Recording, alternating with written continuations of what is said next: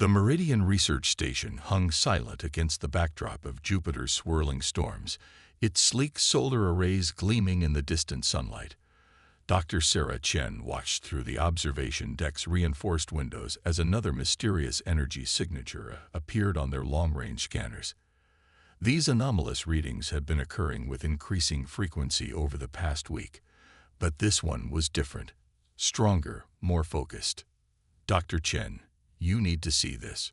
Marcus Rodriguez's voice crackled through the station's comm system. The signature's pattern, it's not random. There's definitely intelligence behind it. Sarah floated through the zero-gravity corridor toward the analysis lab, her heart racing. After 15 years of searching for extraterrestrial intelligence, could this finally be it? The lab's holographic displays were alive with data when she arrived, Marcus's dark eyes fixed on the streaming information. Look at these oscillations, he said, gesturing to a complex waveform. They're following prime number sequences. Someone's trying to communicate. Before Sarah could respond, the station's proximity alerts blared. Through the lab's viewport, space itself seemed to tear open, revealing a massive vessel that dwarfed their station. Its surface was covered in crystalline structures that pulsed with an otherworldly blue light. "My God," Sarah whispered, reaching for the emergency beacon. But she never made it. The alien vessel fired a single shot, a beam of concentrated energy that pierced the station's shields like they weren't even there. In the split second before the blast hit, Sarah caught a glimpse of her reflection in the viewport. A human being witnessing humanity's first contact with an alien civilization, and its last. The Meridian Station erupted in a brilliant flash, scattering debris across Jupiter's orbit. 12 lives ended in an instant, their deaths barely registering as a footnote in the vast ledger of the Vaxari Empire's expansion. Aboard the Vaxari warship Eternal Dominion, High Commander Zextal watched the explosion with detached interest. His crystalline exoskeleton sparkled under the bridge's bioluminescent lighting as he turned to his second-in-command. "Record this as a standard containment operation," he said, his translator converting his crystalline resonances into comprehensible sound. These humans were approaching technological thresholds too quickly. Their elimination was necessary to maintain galactic order. "Yes, High Commander," his subordinate responded. "Should we prepare a formal report for the Council?" Zextal's crystalline features arranged themselves in what passed for amusement among his kind. "Hardly necessary.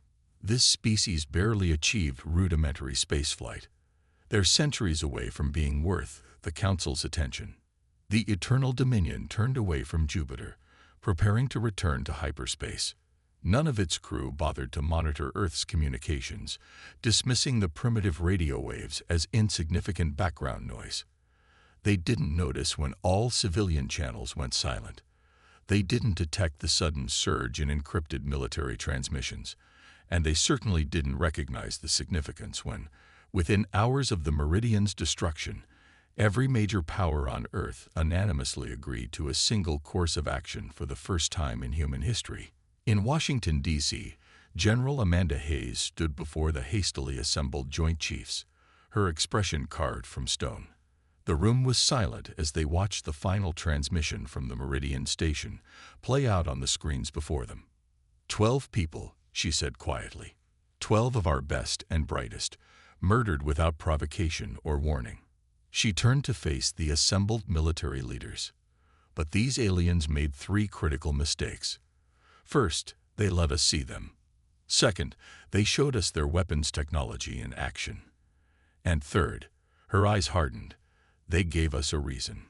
The chairman of the Joint Chiefs leaned forward. "What are you proposing, General?" "We've been preparing for this possibility since the Cold War," Hayes replied. "Project Prometheus. The black budget program everyone thought was paranoid speculation about alien threats. Turns out we weren't paranoid enough." Murmurs filled the room as classified files appeared on their screens. Decades of secret research, experimental weapons development, and contingency plans for exactly this scenario. The Chinese, Russians, Europeans, they're all seeing what we're seeing, Hayes continued. For the first time, we're not fighting each other. We're not competing. We're not playing politics. We have a common enemy, and they just gave us their playbook. She gestured to the technical data extracted from the Meridian's final scans. That energy weapon, we can replicate it. Their shield technology, we can counter it. But most importantly, she smiled grimly, they think we're primitive, limited, harmless. They don't expect us to be a threat. How long? The chairman asked. 6 months to full war footing. We'll maintain normal communications, keep up appearances, let them think we're still squabbling among ourselves, still limited to chemical rockets and radio waves.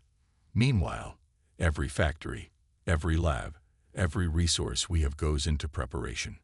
When we strike back, we strike as one species, with everything we've got. The room was silent as the implications sank in. Humanity had just been given a harsh introduction to galactic society, but it wouldn't be the lesson the Vaxeri intended to teach.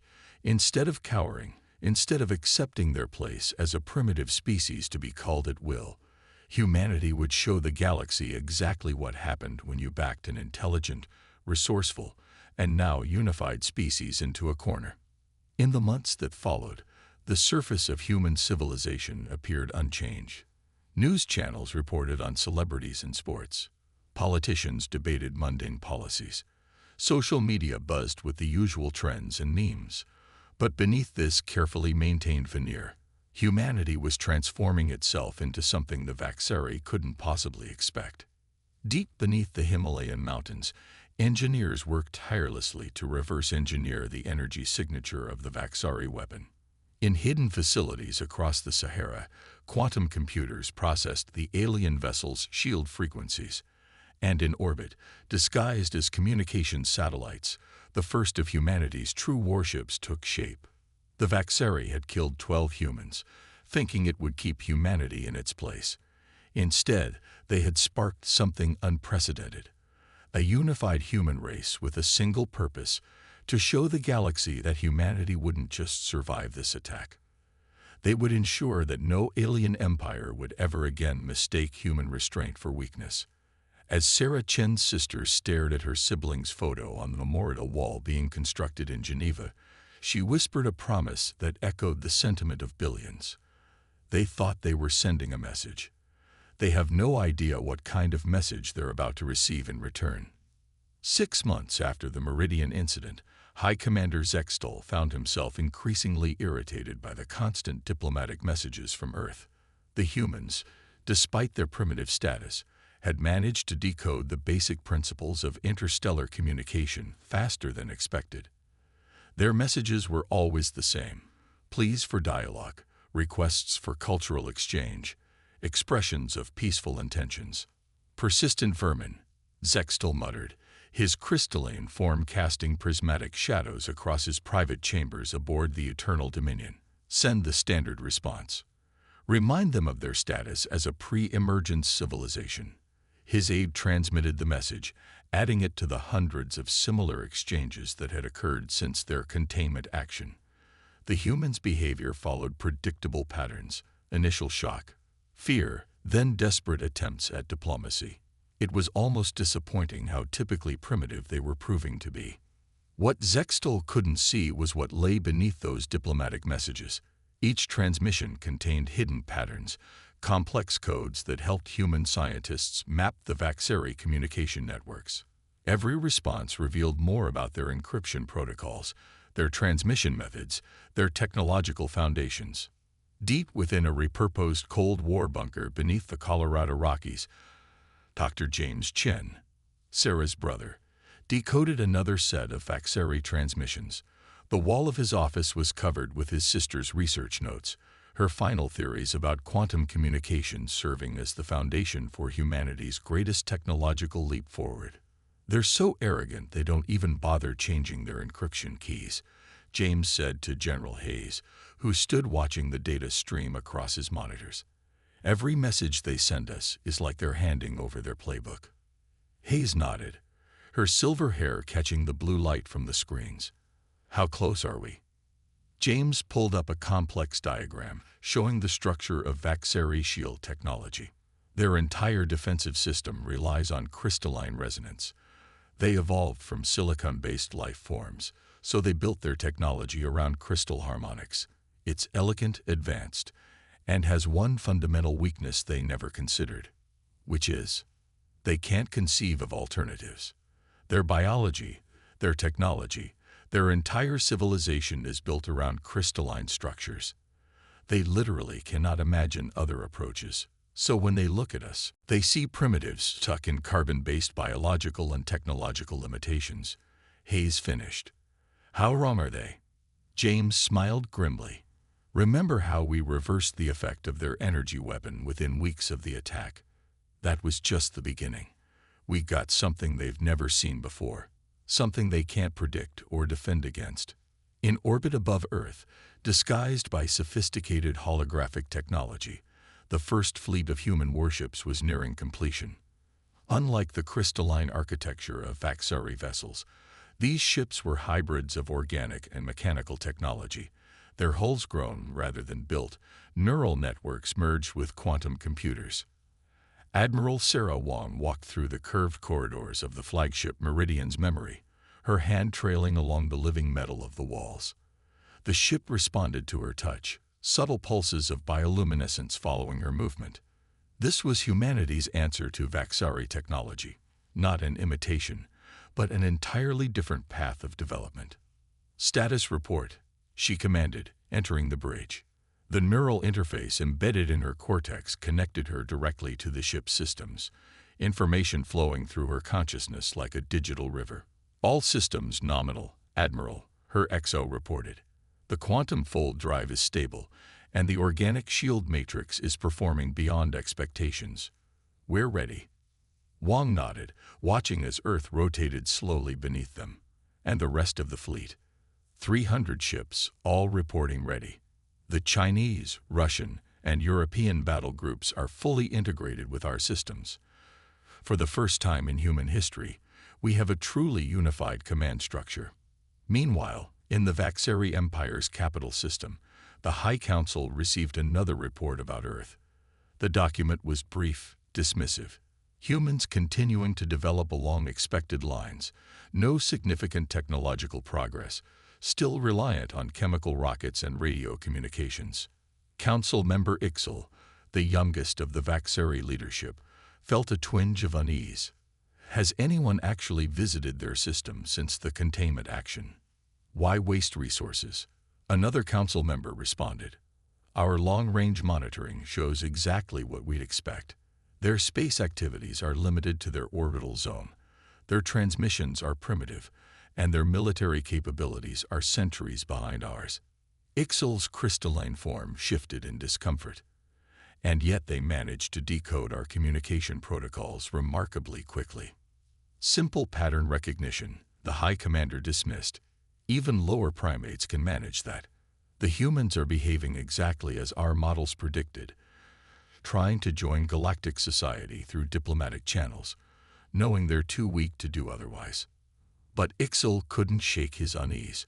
Something about the humans' diplomatic messages bothered him. They were too perfect, too precisely what the Vaxari expected to see. It was like watching a performance rather than natural behavior. Back on Earth, in what appeared to be a routine military exercise, submarines across the globe quietly slipped beneath the waves. In remote areas, missile silos that supposedly housed nuclear weapons opened to reveal something very different. Across the planet's surface, hidden installations powered up, their energy signatures masked by sophisticated dampening fields. General Hayes stood in the Global Command Center, watching as the final pieces fell into place. On the massive screen before her, thousands of green dots represented ready status from installations worldwide. Humanity had spent 6 months preparing for this moment, channeling centuries of warfare experience into one unified purpose. All units report ready, her aide announced. We're just waiting for the signal. Hayes checked the time. In exactly 12 hours, it would be exactly 6 months since the destruction of the Meridian Station. 6 months since humanity learned they weren't alone in the universe. 6 months of preparation, innovation, and unification with a single purpose. Send the code phrase to all commands, Hayes ordered. Remember the meridian. Operation begins at dawn. As the message went out, James Chen made a final adjustment to the quantum interference device his sister had theorized about in her last research paper. The device that would turn the Vaxari's crystalline technology against them in ways they couldn't imagine. "This is for you, Sarah," he whispered, activating the device. Across Earth, identical devices powered up, their effects invisible but far-reaching. The countdown to humanity's response had begun, and the Vaxari Empire had no idea what was coming. In his chambers, High Commander Zextal received another diplomatic message from Earth. He dismissed it without reading it, never noticing the subtle differences in the transmission pattern, never realizing that this message wasn't asking for peace, it was declaring war. The Vaxari border outpost crystalline watch hung in space like a jagged shard of glass, its sensor arrays monitoring a sector of space that hadn't seen action in centuries. The crew maintained their posts with typical Vaxari efficiency, though their attention had grown lax over generations of peaceful dominance. The first sign that something was wrong came when their quantum communications network flickered. For a fraction of a second, the crystalline matrices that formed the backbone of their technology resonated at an unfamiliar frequency. "Minor system fluctuation," the technical officer reported. "Probably background radiation from the nearby pulsar." Station Commander Vextil wasn't so sure. Something felt off about the harmonics, but before he could order a deeper scan, every crystal-based system on the station began to vibrate. The sound started as a low hum, barely perceptible, then rose to a shriek that sent the crew to their knees, their own crystalline bodies resonating in sympathy. In the chaos that followed, no one noticed the spatial distortions forming around the station. The human fleet dropped out of quantum fold space in perfect formation, their organic hybrid hulls absorbing rather than reflecting sensor scans. Admiral Wong stood on the bridge of the Meridian's memory, her neural link providing real-time data from every ship in the fleet. All ships, weapons-free. Execute Operation Eternal Memory. The first shots weren't energy beams or projectiles. They were waves of quantum interference, precisely tuned to the resonant frequency of Vaxari crystals. The outpost's shields, designed to stop physical attacks, did nothing to prevent their own crystalline structure from shattering from within. "Multiple targets detected," Wong's XO reported. "Vaxari response ships incoming. They're moving slowly. Their systems appear to be compromised by the quantum interference." Wong nodded grimly. "Launch biomechanical drones. Let's show them what humanity's been working on." Swarms of drones emerged from the human ships, their forms shifting and adapting as they moved. Unlike rigid Vaxari technology, these weapons were products of combined human innovation. Part machine, part engineered life form, entirely unpredictable. In his command center on the Vaxari capital world, High Commander Zextal received multiple distress calls simultaneously. His crystalline features crackled with stress as report after report arrived, each more impossible than the last. Border stations going dark, fleet communications disrupted, unknown vessels using impossible technologies. "Impossible," Zextal snarled. "These are humans, primitives. They can barely reach their own moon." A holographic display showed the extent of the attack. Human forces weren't just striking one location. They were hitting every major Vaxari installation along their border simultaneously. The coordination involved was beyond anything the Vaxari had believed possible from such a young species. James Chen watched from Earth's command center as his quantum interference devices performed exactly as his sister had theorized. The Vaxari's dependence on crystalline technology had become their greatest weakness. Their ships, their weapons, their very bodies were vulnerable to the precisely tuned frequencies humanity had developed. "They're broadcasting on all frequencies," a communications officer reported, trying to coordinate their response. James smiled sadly. "Let them. Every transmission they send teaches us more about their systems. Their entire communication network is going to become our weapon. Across Vaxari space, the pattern repeated. Human ships would appear without warning, their hybrid technology rendering standard Vaxari tactics useless. The biomechanical drones would swarm their targets, adapting to each new defense the Vaxari deployed. And underlying it all was the quantum interference, turning the very foundation of Vaxari civilization against itself. General Hayes monitored the operation from her command post. Status report. Phase 1 proceeding ahead of schedule, her aide responded. 87% of targeted Vaxari installations have been neutralized. Their response time is significantly slower than anticipated. They still haven't launched an organized counterattack. They can't, Hayes said. We're not fighting the way they expected. They prepared for a primitive species trying to copy their technology. Instead, they're facing something entirely new. On the Meridian's memory, Admiral Wong received a priority transmission from a Vaxari command ship. The alien commander's image showed signs of stress, fine cracks appearing in his crystalline form. This is a violation of all galactic laws, the Vaxari declared. You were contained for a reason. Your species is not ready for. Ready? Wong interrupted. You killed 12 of our people to teach us our place. Let me show you what that lesson actually taught us. She gave the signal, and the human fleet executed their next attack. This time, they deployed weapons based on dark matter manipulation, another technology the Vaxari had dismissed as beyond human capability. The effects were devastating. Entire Vaxari battle groups found themselves torn apart by forces they couldn't detect or defend against. In the Vaxari High Council chamber, panic was setting in. The humans weren't just winning battles, they were systematically dismantling the technological advantages that had kept the Vaxari Empire secure for millennia. How? One council member demanded. How did they advance so far without us noticing? Council member Ixel, who had expressed concerns earlier, watched the battle feeds with a mix of horror and fascination. We watched what we expected to see, he said quietly.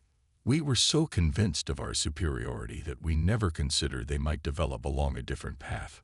James Chen's voice echoed through every Vaxari communication channel, a message repeated in perfect Vaxari harmonic speech.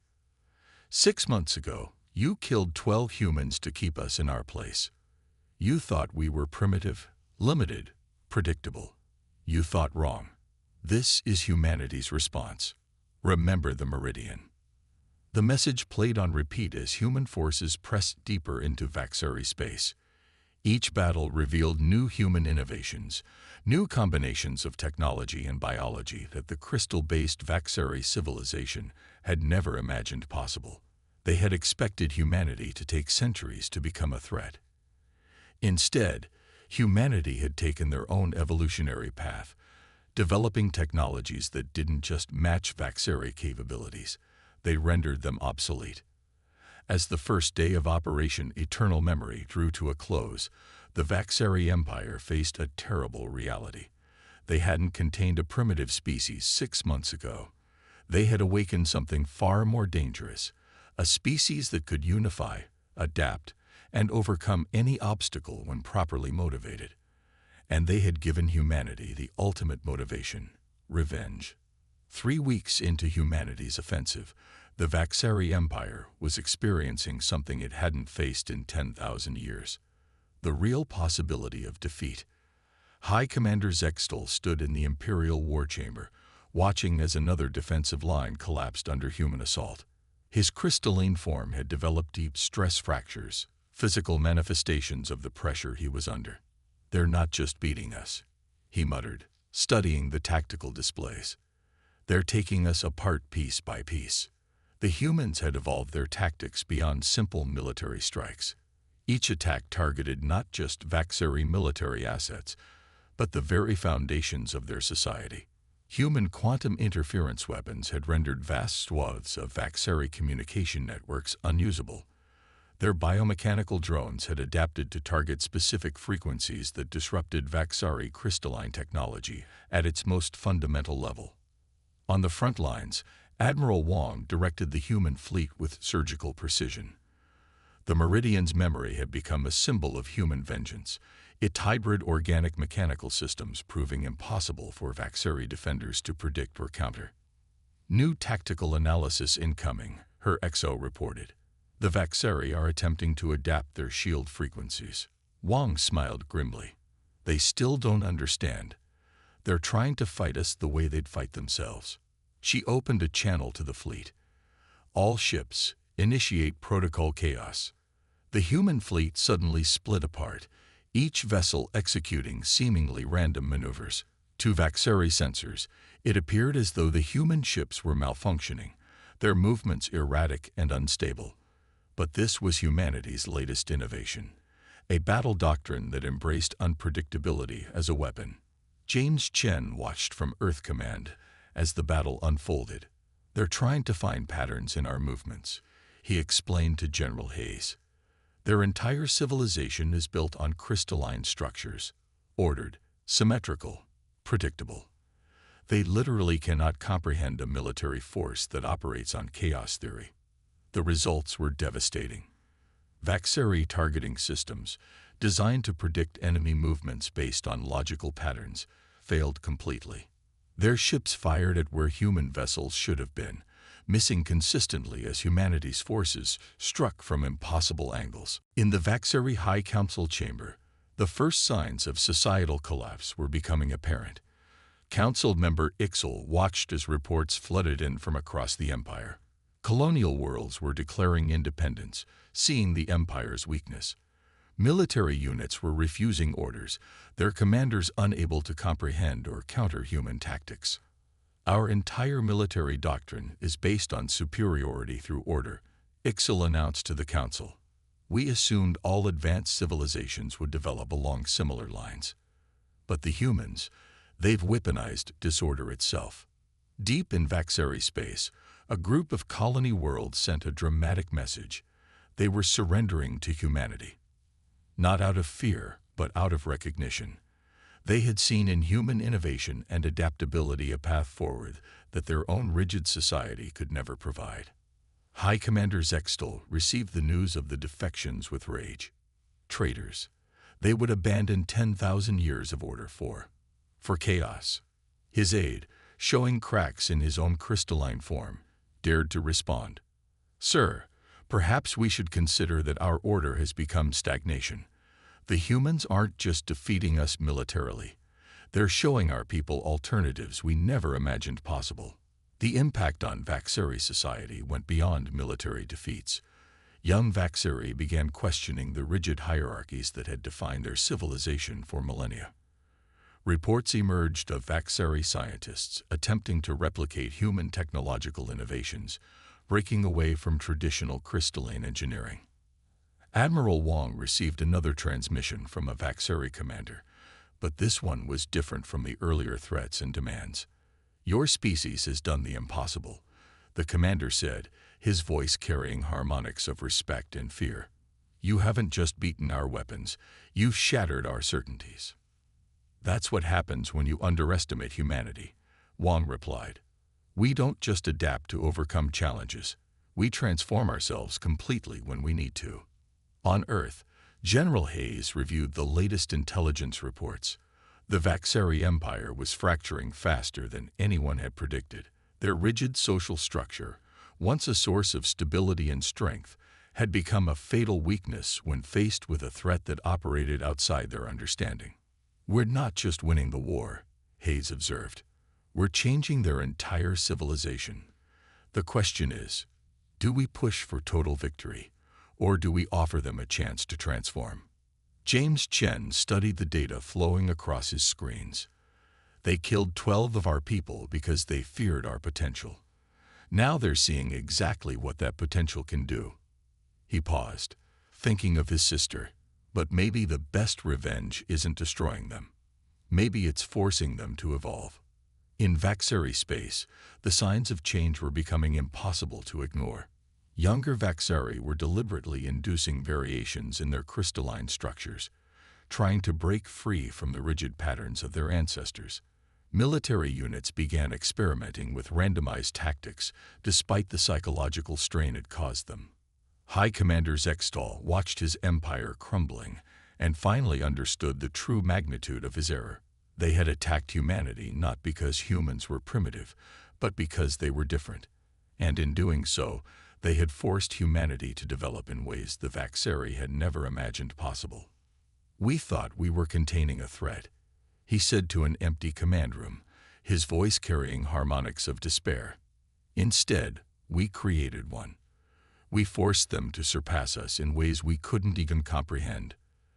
The human fleet pressed deeper into Vaxeri space, but now they were being met not just with resistance or surrender, but with revolution.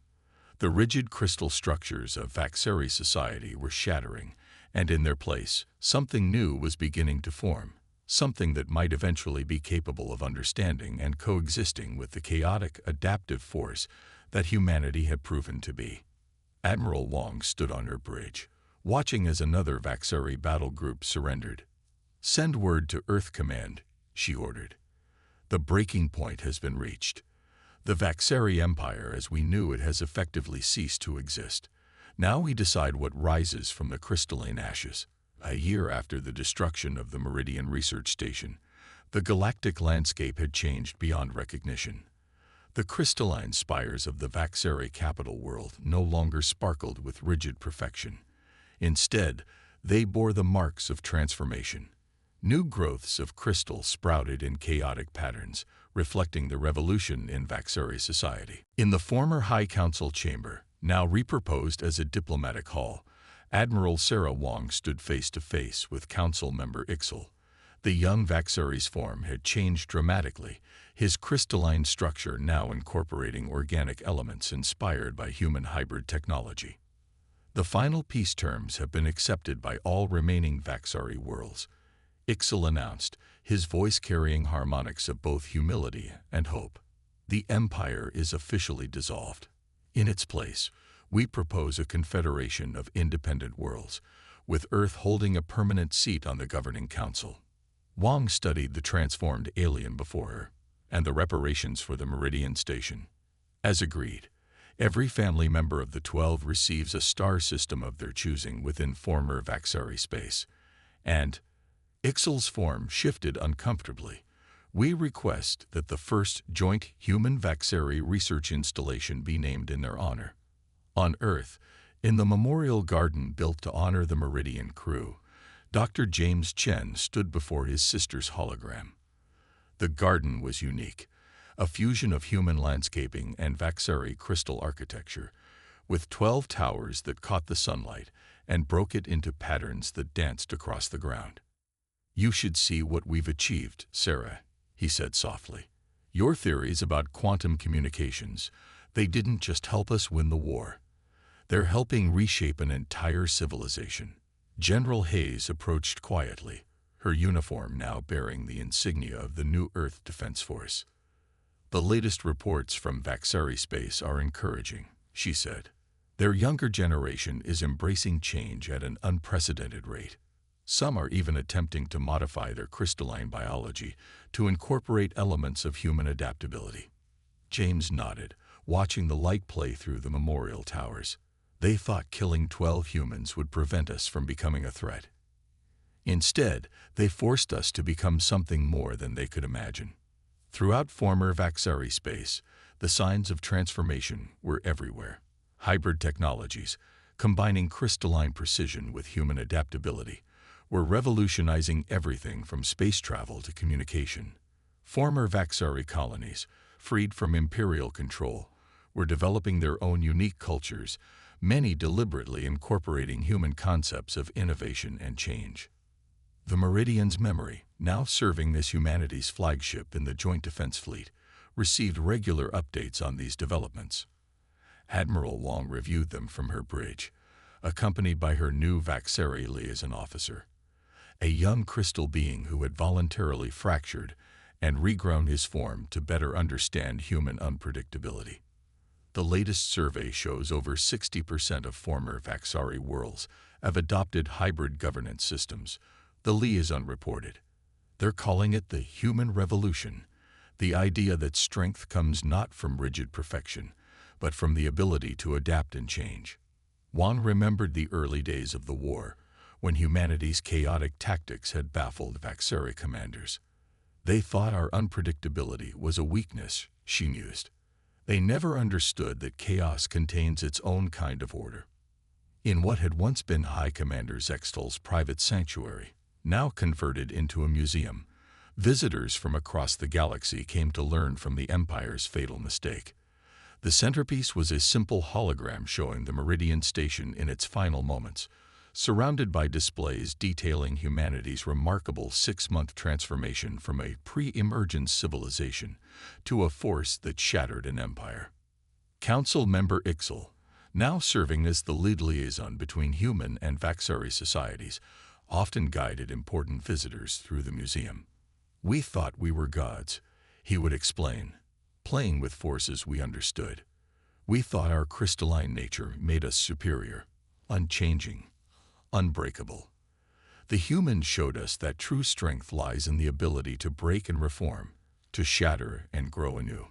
On a dozen former Vaxari worlds, now governed by the families of the Meridian crew, new societies were taking shape. These worlds became testing grounds for human-Vaxari cooperation, where crystal cities grew alongside organic architecture, where rigid patterns learned to dance with chaos. James Chen visited one such world, named Chen's Hope in honor of his sister.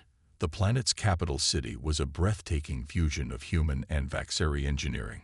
Crystalline structures that could grow and adapt, buildings that thought and learned, technologies that merged the best of both species' understanding. The most profound impact, he wrote in his journal, wasn't the military victory. It was forcing an ancient, crystalline civilization to look at the universe in a new way.